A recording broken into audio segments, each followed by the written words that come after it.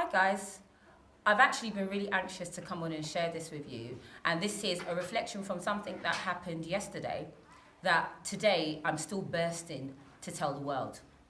Now, it may not be a big deal to everyone, but I think it's something that needs to be shared because it's a big deal to humanity. And that is that yesterday I taught a class and we looked at the Sunni and Shia split in Islam. Now, for those of you that don't know, there is an origin to that split.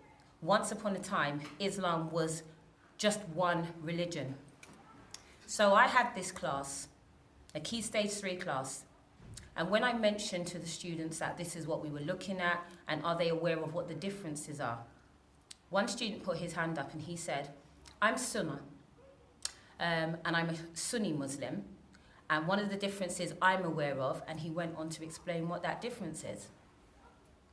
Another student then put his hand up and went on to say, and Miss, I'm a Shia Muslim, and this is what I feel the differences are.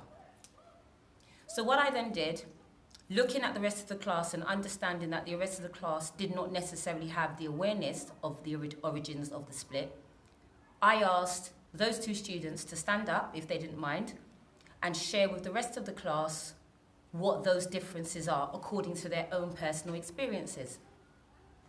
Both students stood up and shared their differences to the class on what they felt the Sunni Shia differences are that they are aware of and according to their experiences. What I noticed immediately is the way in which the class were able to respond to two personal views of something that, when we look at the world today, might be causing quite a divide.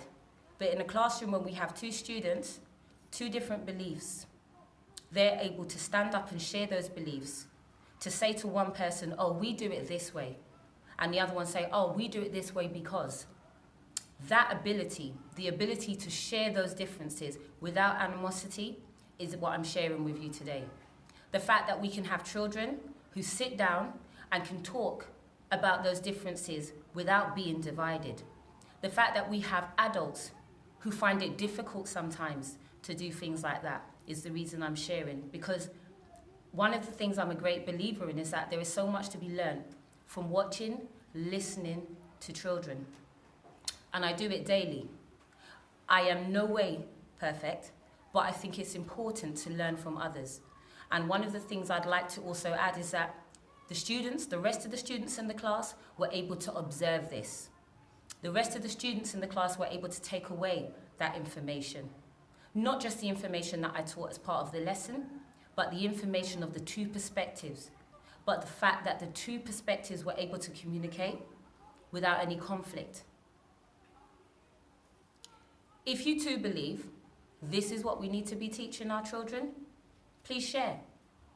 Because one of the things that is important, in my opinion, is that sometimes we look at things through the eyes of children and respond accordingly.